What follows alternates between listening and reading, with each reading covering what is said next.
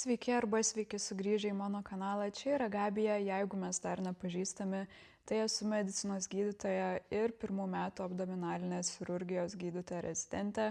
Šiandien sugalvojau nufilmuoti video apie jums dažniausiai kylančius klausimus apie medicinos studijas ir sudėti visus atsakymus į jums lengvai prieinamą video formatą čia. Tad jeigu įdomu sužinoti daugiau apie mano patirtis medicinos studijų metu, žiūrėk toliau.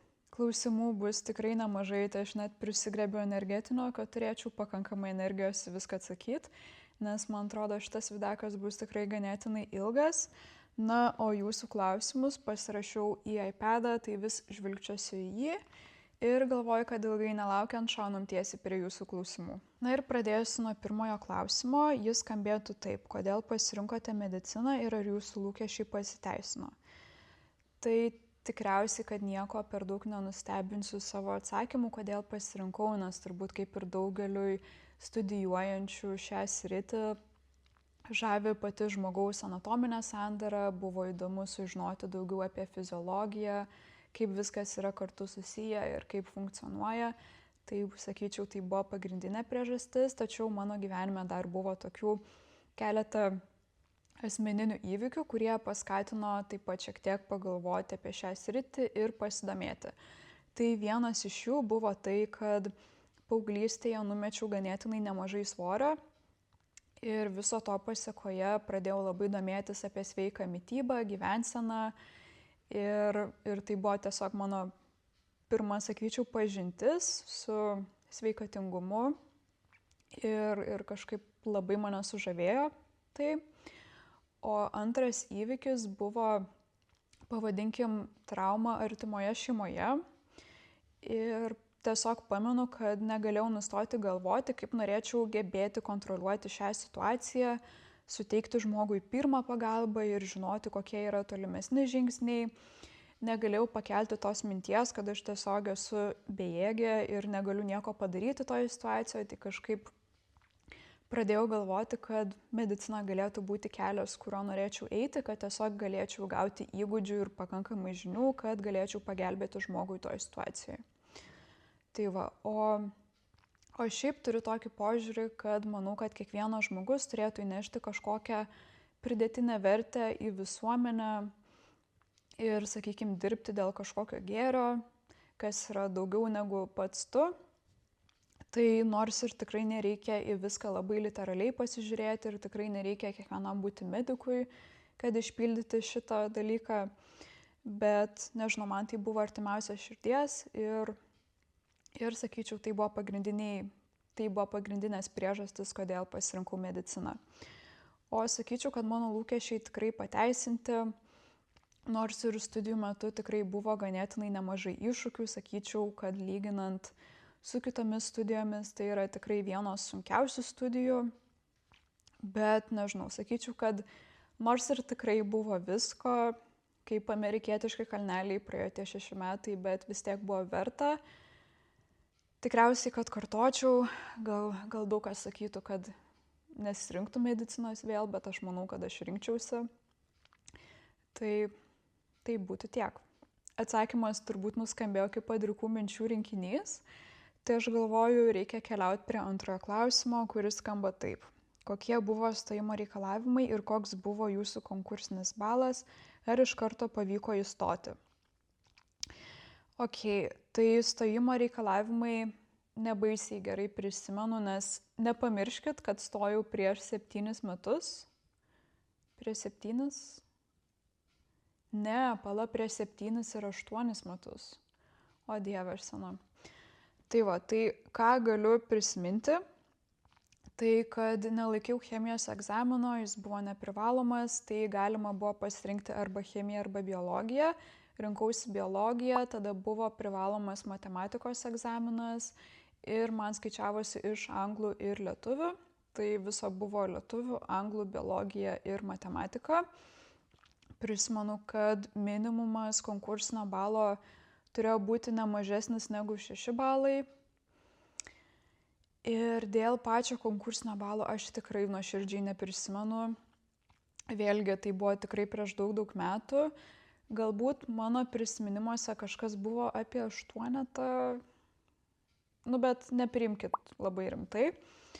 Tai va, bet manau, kad svarbu pabrėžti tai, kad vėlgi aš stojau prieš 7-8 metus, pasikeitė ir reikalavimai, ir skaičiavimas, tai net jeigu aš pasakyčiau tikrą tikslų balą, nemanau, kad jis jums kažkiek pagelbėtų, aš tiesiog tam esu per sena, paklauskit kokių pirmo kursių, kur manau tikrai bus kažkiek informatyviau. Tai va, ir ar iškart pavyko įstoti, tai dėja, bet ne. Galbūt nedaugelis žino, tačiau įstojau į mediciną iš antro karto. Tai manau, kad pagrindinė priežastis buvo, kad nepakankamai gerai išsilaikiau savo valstybinius egzaminus ir iš tikrųjų įstojau į farmaciją pradžioje, palankiau pusę metų ir tiesiog išėjau, nes supratau, kad ką aš čia darau tiesiog neverta ir žinojau, kad vis dėlto tikrai noriu medicinos, tai susiėmiau, persilaikiau egzaminus ir stojau iš naujo. Ir man pavyko. Tai pradžioje įstojau į nefinansuojamą vietą, o 6 kurse perėjau į finansuojamą vietą. Tai va. Nebuvo labai paprastas ir tikslus mano kelias, bet man pavyko nueiti, kur ir norėjau. Ir manau, kad čia puikiai susisijęs trečias klausimas, tai kokia buvai kaip mokinė. Tai pasakysiu, kad tikrai nebuvau dešimtukininkė, ypač paskutiniais metais, nežinau, labai nebuvo disciplinos, kažkaip buvo labai sunku susikaupti, viską išsilaikyti pakankamai gerai ir mokslams skirti pakankamai dėmesio. Tai tikriausiai to pasekoje ir nepavyko jau išsilaikyti taip gerai, kaip būčiau norėjus, kad galėčiau stoti iš pirmo karto. Bet iš tikrųjų tai net buvau padarius tokį įrašą Instagrame, kad tas taip pasikeičia, aš tikrai nebuvau moksliukė ir dabar net juokinga prisiminti tiesiog, kad buvau tokia aplaidi, bet ta disciplina ir tas noras mokytis atėjo su studijų metais, tai dabar, tiesiog linksma pagalvoti. Ta prasme, tikrai studijų metais susimdavau prieš egzaminą, pasimokai savaitę taip nuoširdžiai ir išsilaikai viską ir tiesiog tas tikrai ateina, tai jeigu, nežinau, nesi kažkoks super dešimtukininkas, tai nereiškia, kad tau nepasiseks medicinos moksluose, nes manau, kad tavo smegenys vis dėlto dar tik vystosi ir kai tu įstoji į mokslus, kurie tau iš tikrųjų patinka, kai tu pagaliau supranti savo gyvenimo kelią, tikslą, turi kažką pasiekti, tai manau, kad tikrai atsiranda su laiku tos disciplinos daugiau. Tai va. Galbūt pasikartosiu, bet noriu pabrėžti šitą pagrindinę žinutę, kurią noriu perduoti, jeigu atsirastų žiūrinčių jaunesnių žmonių, kurie dar yra mokykloje ir galvoja, kad yra nepakankamai geri medicinos studijom, galbūt nepakankamai protingi. Tai dar kartą noriu pasakyti, kad nepraraskit tikėjimo savimi, tikrai viskas pasikeis, jūs tikrai viską galit ir viską galite įveikti, nes pažiūrėkite mane, nors ir tikrai nebuvau pirmūnė, sugebėjau galiausiai perstoti ir į finansuojamą vietą, sugebėjau vidurkį pasikelti virš 9, gauti stipendijas už gerą mokymąsi, išsilaikyti valstybinius egzaminus studijų gale geriausiais balais ir įstoti į savo pasirinktą rezidentūrą iš karto ir į finansuojamą vietą, tai viskas galiausiai įsisprendė, tai tiesiog nebijokit savim ir viskas tikrai sukris, kaip ir turi būti, tai tiesiog daugiau tikėjimo savim ir jūs viską tikrai galit, viskas ateis su laiku. Toliau būtų, kiek svarbios biologijos ir chemijos žinios, kaip patartumėte joms ruoštis. Kažkokių specifinių pasiruošimo patarimų neturėčiau, viskas galioja kaip ir kitiem dalykam. Tiesiog stenkitės kuo geriau išsilaikyti egzaminus ir turėti šių dalykų pagrindus, nes būtent ant jų pamatų statysi tolimesnės žinias, o kiek jos yra svarbios, sakyčiau, yra dvilypis atsakymas, nes būtent klinikiniai gydytojo praktikoje ir kasdienybėje jos nėra tiesiogiai susiję, mano nuomonė, ir mes jų kaip ir nenaudojam. Pavyzdžiui, kokios organinės chemijos aš tikrai nebeatsimenu. Bet kuo jos galėtų būti svarbios medicinos studijų metais, tai yra būtent dėl iki klinikinių dalykų, mes juos mokinomės pirmaisiais metais ir tenka prasimokyti tokių gan bendrinių dalykų. Tai pirmieji, kurie šauna man į galvą, tai galėtų būti genetika, biochemija, organinė chemija ir panašiai. Mes mokėmės net ir fiziką, ko dabar nebesimokina. Tai su tuo tikrai susidursite, todėl tuos pačius esminius pagrindus turėti yra ganėtinai svarbu. Toliau būtų, ar buvo sunku pasiruošti egzaminams ir kaip tai darėte. Tai suprasiu, kad kalba eina būtent apie medicinos studijų metais buvusius egzaminus. Ir galiu pasakyti, kad ta strategija galėtų skirtis priklausomai nuo dalyko. Na, pavyzdžiui, galbūt farmakologiją mokyčiaus kitaip negu vaikų ligas, tačiau kokie principai esminiai būdavo, kaip aš mokydavaus, tai prasidedant moduliui įprastai leisčiau savo truputį pailsėti daugiau, nes mokyčiau taip intensyviai kaip ciklo gale prieš egzaminą. Tai dažniausiai, kai lieka kokia savaitė arba dvi, priklausomai nuo ciklo dydžio, tada jau pradėčiau taip rimtai mokintis kiekvieną dieną po nemažai valandų. Ir kokie pagrindiniai dalykai, kuriuos naudočiau, tai būtų visų pirma video. Labai mėgdavau YouTube kanalus kaip Ninja Nerd, Medicosis, Perfectionalis, ypač šituos du. Tai pradžioj plėšiau savo žinias ir pagrindus būtent apie tam tikrą temą. Tada kartais atsiverčiau ir geresnę literatūrą anglų kalba. Tai buvo vėl paranku, nes mokiausi anglų kalba mišrioj grupiai. Taip pat nepraleisčiau ir būtent paskaitų materialo viso duoto skaidrėse, nes kartais tie klausimai, kuriuos sutinkam egzaminuose, būna formuluojami būtent į skaidrių ir tiesiog jie padeda suprasti būtent tos skaidrės, kokios yra esminės temos, ko nereiktų praleisti.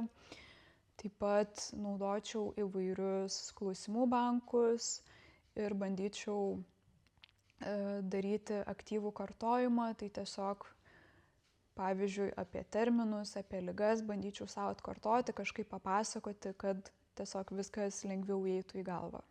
Tai va, tiek būtų apie pačias priemonės, bet kalbant apie studijų technikas, kurias dažniausiai taikydavau ruošiantis egzaminam, tai galėčiau skirti Pomodoro techniką. Aš įprastai mokydavaus 40 minučių ir darydavau 10 minučių pertraukas ir tiesiog kartodavau tokius intervalus, tačiau galima šitą techniką ir modifikuoti pagal save. Tai jeigu medžiaga būtų labai koncentruota ir būtų sunku išlaikyti dėmesį, kartais darydavau ir tokius trumpesnius intervalus, tai darydavau dažnesnes, bet trumpesnes pertraukas. Na, šiaip jeigu norėtumėt, kad pakalbėčiau ir apie kitas technikas, kurias būtų galima taikyti, tai duokit man žinot komentaruose ir galbūt padarysiu atskirą video apie tai.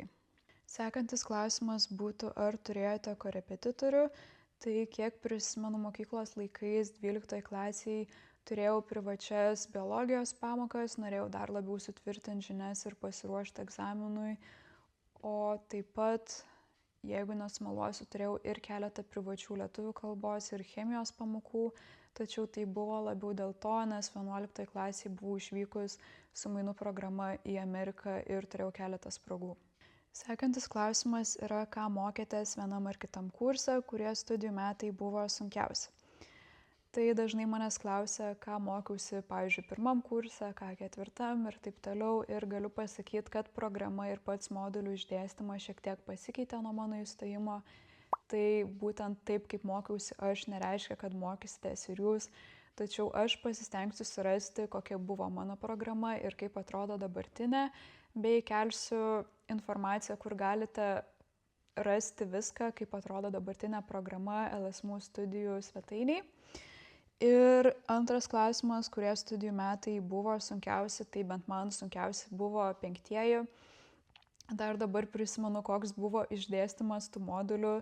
Tai pradėjo metus nuo neurologijos, vaikų ligų ir akušerijos ginekologijos ir taip atrodė, kad vienas sunkus modulis seka kitą ir taip it was hard to keep up, net nebežinau, kaip čia kalbėti lietuviškai, bet tiesiog atrodė buvo sunku išlaikyti sveiką protą ir dar vis tiek 5. kursas pradedi galvoti ir apie mokslinę veiklą, tai kažkaip tiesiog buvo sunku išlaikyti tą tempą, kai moduliai buvo ganėtinai sunkus.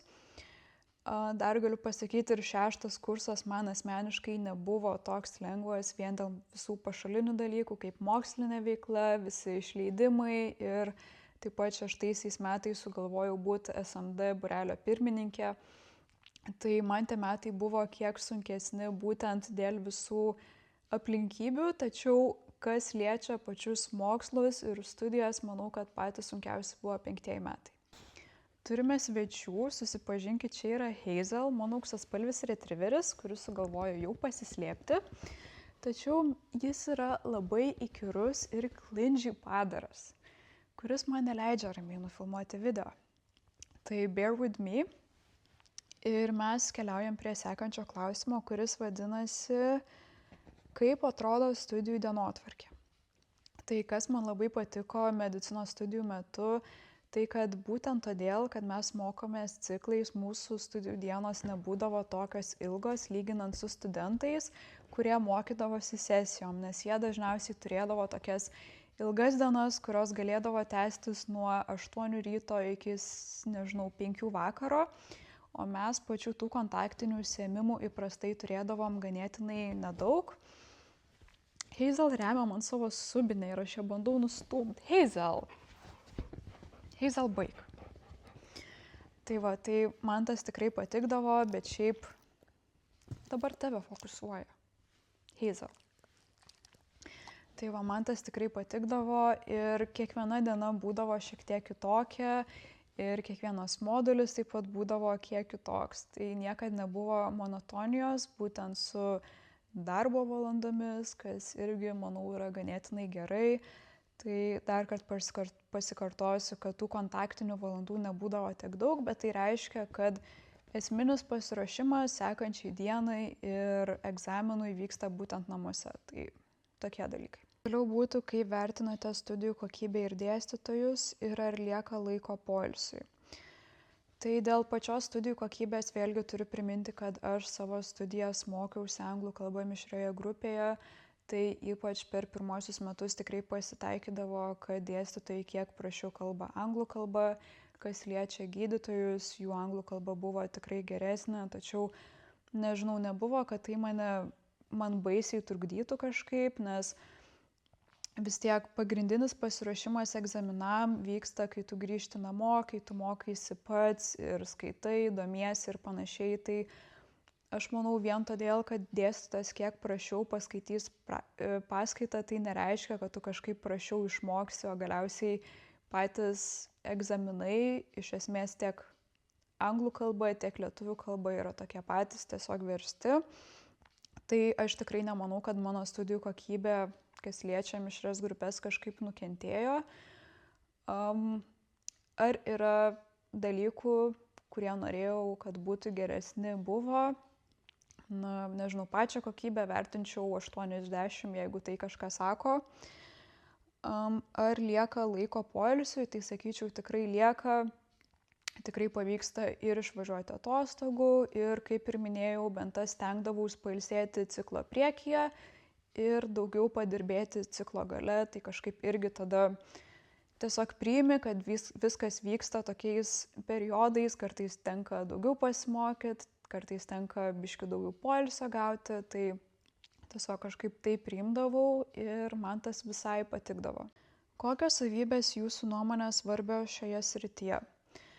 Tai pačios pirmos mintis, kurios man kilo, pamačius šitą klausimą, aš kažkaip irgi nesiruošiau atsakyti konkrečiai tai, tačiau man kilo mintis, kad labai svarbus smalsumas, nes tiesiog medicinoje pastoviai yra kažkokių aiškių atvejų, pilkų zonų, kai tau tiesiog reikia pastoviai domėtis ir taip pat turiu pasakyti, kad medicina yra antiek plati, kad tai yra neišvengiama, kad karts nuo karto tu tiesiog pamiršti tam tikrus dalykus, ypač galiausiai kas nėra tavo specializacijos srity ir tiesiog tu turi pastoviai atgaminti tam tikras žinias, tu turi pastoviai domėtis įvairiais dalykais, mokytis visą gyvenimą dėl savo pacientų ir jų gerovės, tai manau, kad turi išlikti smalsus visą savo karjerą ir taip pat manau, kad yra labai svarbu užsispyrimas, tai galbūt toks ganėtinai suprantamas dalykas, kad tikrai yra daug iššūkių ir tai nėra vienas iš lengviausių kelių, ką galima daryti gyvenime, tai to užsispyrimo, pasiekti tikslus, eiti toliau ir siekti to, ko užsibrėži, tikrai reikia to užsispyrimo. Tai galbūt šios dvi savybės yra svarbiausios, mano nuomonė. Patarkite, kaip pradėti mokslinę veiklą. Tai dažnai gaunu šitą klausimą, žmonės dažnai nežino, ko tiesiog galima griebtis, kad pradėti tą mokslinę veiklą. Tai bent irgi mano studijų metais visi tie moksliniai dalykai atrodė kaip tiesiog legendos kažkokios, niekas mums nepasakydavo, ką konkrečiai daryti, kokie yra žingsniai ir kaip tą pasiekti, o atrodo tie lūkesčiai, kad tu stosi į rezidentūrą ir jau turėsi kažkokių mokslinių straipsnių ar publikacijų ir panašiai, atrodydavo jau, kad yra. Tai bent ką aš siūlyčiau daryti, tai nieko nelaukiant imtis iniciatyvos pats ir tiesiog galvoti temas, apie ką norėtum parašyti. Tai pavyzdžiui, visų pirma, būtų galima paskaitinėti mokslinės literatūros, kad susidaryti įspūdį, kokių mokslinių tyrimų galėtų trūkti, kas yra aktualu vienoje ar kitoje srityje, ko galbūt trūksta. Ir tiesiog užsirašyti kažkokias idėjas, ką būtų galima paanalizuoti, kokie galėtų būti tikslai, kokias prielaidas galbūt būtų galima padaryti šituo tyrimu. Ir tada siūlyčiau visas tas idėjas, tai gali būti ne viena idėja, tai gali būti 2 idėjos, jeigu tiesiog pasakys žmogus, kad, nežinau, viena idėja yra netinkama, tai galbūt tu turėsi jau kažkokią atsarginę idėją, sutaupysi laiko ir panašiai. Ir tiesiog siūlau tas idėjas nunešti, pavyzdžiui, SMD būrelio mokslinės veiklos, kaip ten jie vadinasi, moksliniam vadovui, arba, pavyzdžiui, būtų galima nueiti pas tam tikros klinikos vedėją ir pasakyti tas mintis ir jie tada galėtų tiesiog surasti žmogų, kuris galėtų būti mentorius, vadovas to darbo ir panašiai. Tai va, aš tiesiog siūlyčiau sukurti idėją ir ją nunešti žmogui. Nes tiesiog labai retai pasitaiko tokių atvejų, kai ta mokslinės veiklos galimybė tau tiesiog nukrenta iš dangaus. Man buvo toks atvejis, kai aš tiesiog radau įrašą SMD būrelio grupėje, kad, pavyzdžiui, buvo ieškomas studentas tam ir tam moksliniam darbui ir aš susisiekiau su to rezidentu ir man pavyko gauti tą mokslinę veiklą. Tačiau tai įvyksta ganėtinai retai ir aš tiesiog buvau lucky. Tai aš tiesiog siūlau imtis tokių veiksmų pačiam.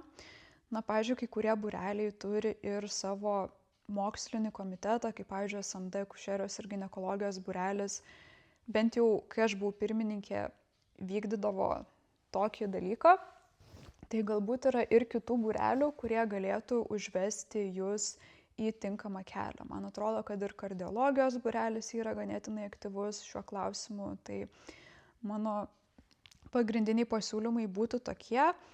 Ir taip pat dar, ką galima padaryti, tai tiesiog eiti į papildomas praktikas ir ieškoti įdomių, pavyzdžiui, klinikinių atvejų praktikų metu.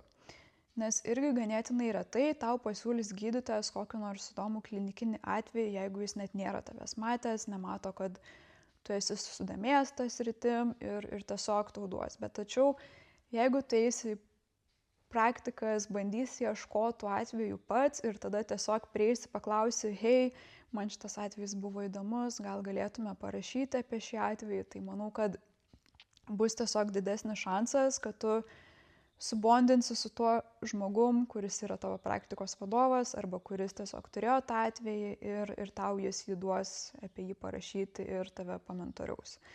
Tai va, čia būtų tokios pagrindinės mintis, kaip galima būtų pradėti mokslinę veiklą. Ar verta pradėti studijuoti mediciną būnant vyresniu? Tai galiu pasakyti, kad bent mano aplinkoje tikrai buvo žmonių, kurie jau buvo pasibaigę kažkokį diplomą arba net padirbę jau kitokioj srity, arba, pavyzdžiui, buvo slaugytojų, kurie sugalvojo stoti į mediciną, arba buvo net ir, nežinau, visai su medicina nesusijusių žmonių, kurie sugalvojo viską mesti ir stoti į mediciną. Tai nežinau, bent aš tikrai lenkiuosi prieš to žmonės, aš galvoju, kad yra tikrai ne per vėlu. Manau, kad kur kas blogiau yra turėti kažkokių pasigailėjimų, ko tu nepadarei gyvenime, negu kad bandyti ir kabintis tą gyvenimą ir siekti savo svajonių. Tai aš esu tikrai už ir tu tikrai nebūsi vienas, jeigu tu sugalvosi studijuoti būnant vyresniu. Žinoma, yra tam tikrų iššūkių, nes pavyzdžiui vis tiek, kai tu esi medicinos studentas, studijos yra ganėtinai ilgos ir tu negali būti finansiškai savarankiškas ganėtinai ilgai, tačiau bent man pavyko suderinti studijas ir su darbu pusę etato, tai manau, kad tokius iššūkius galima tikrai įveikti. Na, o šiaip tikrai noriu padrąsinti, jeigu nuspręsi, nes aš apskritai nemanau, kad medicina arba apskritai viena specialybė turi būti žmogaus identitetas. Manau, kad galime tikrai daryti įvairių dalykų šiam gyvenime ir kažkaip net liūdna pagalvoti, kad mes turėtumėm daryti tik tai vieną dalyką iki grabo lentos ir labai normalu turėti kažkokių abejonių, pakeisti profesiją ir taip toliau. Tai nežinau, aš šito klausimu žiūriu labai atvirai ir tiesiog noriu palinkėti, kad kažkaip nežinau, pavyktų išlaviruoti tokioje situacijoje, nes galiausiai galbūt ne taip lengva, jeigu tu kuri šeimą, bet jeigu turi pakankamai supratingų žmonės aplink save, tai tikrai turėtų viskas pavykti. Toliau būtų, kaip nustoti lyginti su kitais bendrakursiais dėl akademinių pasiekimų. Sunkus klausimas, tikrai meluočiau, jeigu pasakyčiau, kad tikrai su nieko nesilyginau ir nebuvo visokių minčių, tačiau turi keletą dalykų savo vis priminti. Tai ką norėčiau priminti tau, tai kad vis tiek medicina nėra sprintas, tai yra maratonas ir vienas ar kitas geresnis pažymys tai nereiškia, kad tas žmogus bus geresnis gydytojas už tave.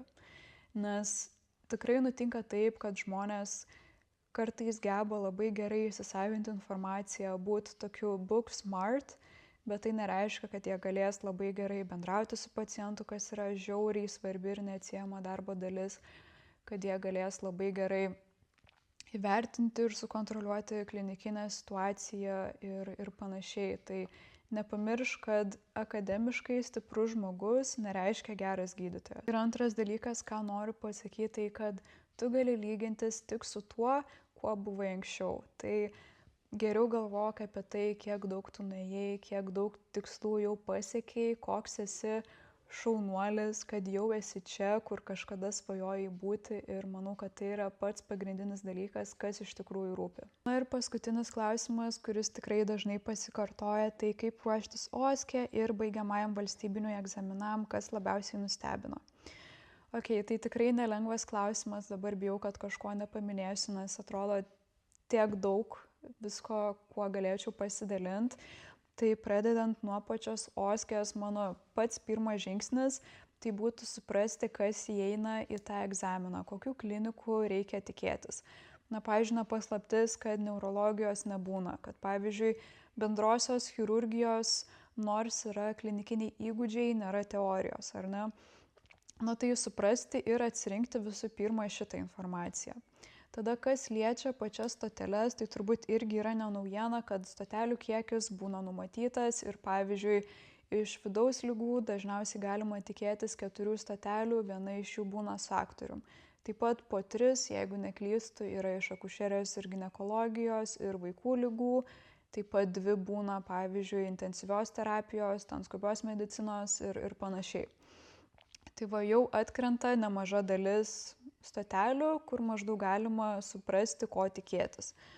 Taip pat noriu pabrėžti, kad tikrai didelė egzamino dalis yra besikartojantis įgūdžiai kiekvienais metais. Na, pavyzdžiui, tikrai bus siuvimas, tikrai bus folėjaus įvedimas, tikrai bus digitalinis, tikrai bus gaivinimas, ten krūtinės paspaudimai ir panašiai. Tai jau galima suskaičiuoti ant 1 ar 2 rankų pirštų, kiek stotelių atkrenta. Tai jau ganėtinai nemažai taškų galima užsidirbti, sekant tiesiog H-labo algoritmus ir pasikartojant visą tą informaciją.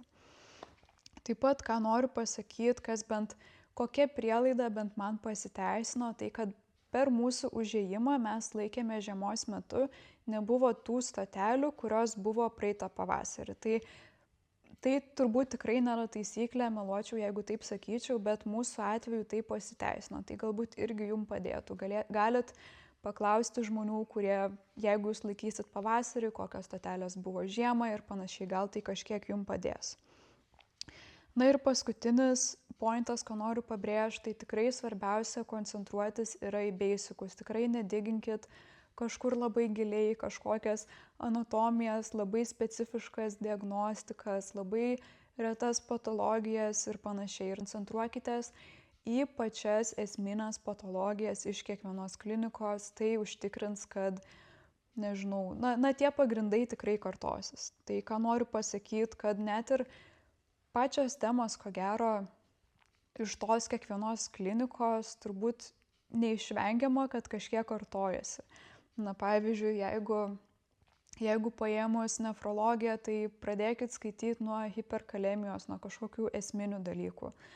Jeigu kalbam apie pulmonologiją, tai prisiminkit plaučių garsus, paskaitykit apie loplą, apie astmą ir tokius dalykus. Nenueikit į pievas, į kažkokias retas patologijas ir panašiai.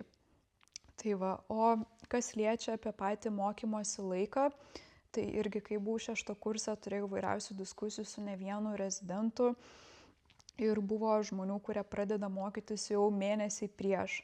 Vienas rezidentas man teigia, kad reikia mokytis būtent 2 mėnesius, kad gauti geriausią balą. Tačiau aš ir keletą kitų žmonių liko prie nuomonės, kad geriausia mokytis būtent 1 mėnesį, tam, kad sukoncentruoti visas žinias ir per daug neperdegti, nes kitaip tu pradedi tiesiog diginti per giliai ir tada tas darosi vėl nebeproduktyvu. Tai va, o aš paskyriau kažkur 3 savaitės, kad prisiminti teorinės žinias apie įvairias temas, vėl pabrėšiu, pačias pagrindinės patologijas iš kiekvienos klinikos.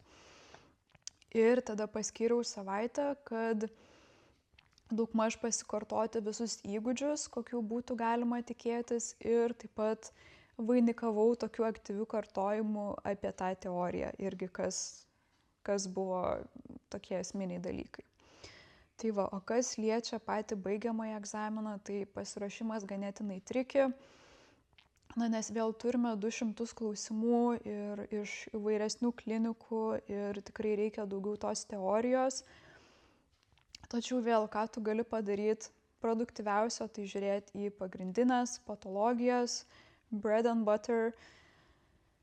Iš tikrųjų, tai tikrai buvo tokių klausimų, kurie nustebino, man jie pasirodė ganėtinai specifiški, ganėtinai, nežinau, tokie, pavadinkim, kad jie buvo per daug specifiški. Bet aš nemanau, kad verta dabar kiekvienoj srity diginti kažkokius retus dalykus vien dėl vieno ir kito klausimo. Tai vėl lieku prie tokios pačios nuomonės. Dar ką gali padaryti dėl baigiamojo egzamino, tai bent man pasitarnavo pilot test, kaip čia įsiverstų, tiesiog bandomasis egzaminas, kurį suteikia pats universitetas. Tai ten berods buvo 50 klausimų, bet bent man jie tikrai padėjo, kad aš galėčiau suprasti, kaip klausimai yra formuluojami, ko maždaug tikėtis iš tų klausimų, kokios klinikos galėtų įeiti ir panašiai. Tai va, mano pagrindiniai tipsai būtų tokie ir kas liečia baigiamąjį egzaminą, tai aš dar, kai tik išlaikiau jį labai fresh, parašiau tokį įrašą tokiam fresh akim į savo Instagram broadcast kanalą, tai jeigu tu nueisi tą kanalą, paskrolinsi į viršų, tikrai rasi įrašą su dar daugiau tipsų, tai nepatingėk, gali tikrai paskaityti ir jis vis dar ten. Tai ir taip pat, jeigu dar kažką sugalvosiu, įdėsiu screenshotą, jeigu dar kiltų kažkokių minčių, nes tiesiog atrodo per daug sunku viską supasakoti taip iš karto.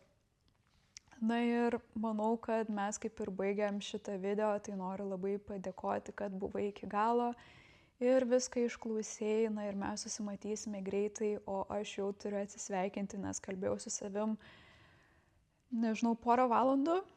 Iki kito karto, iki.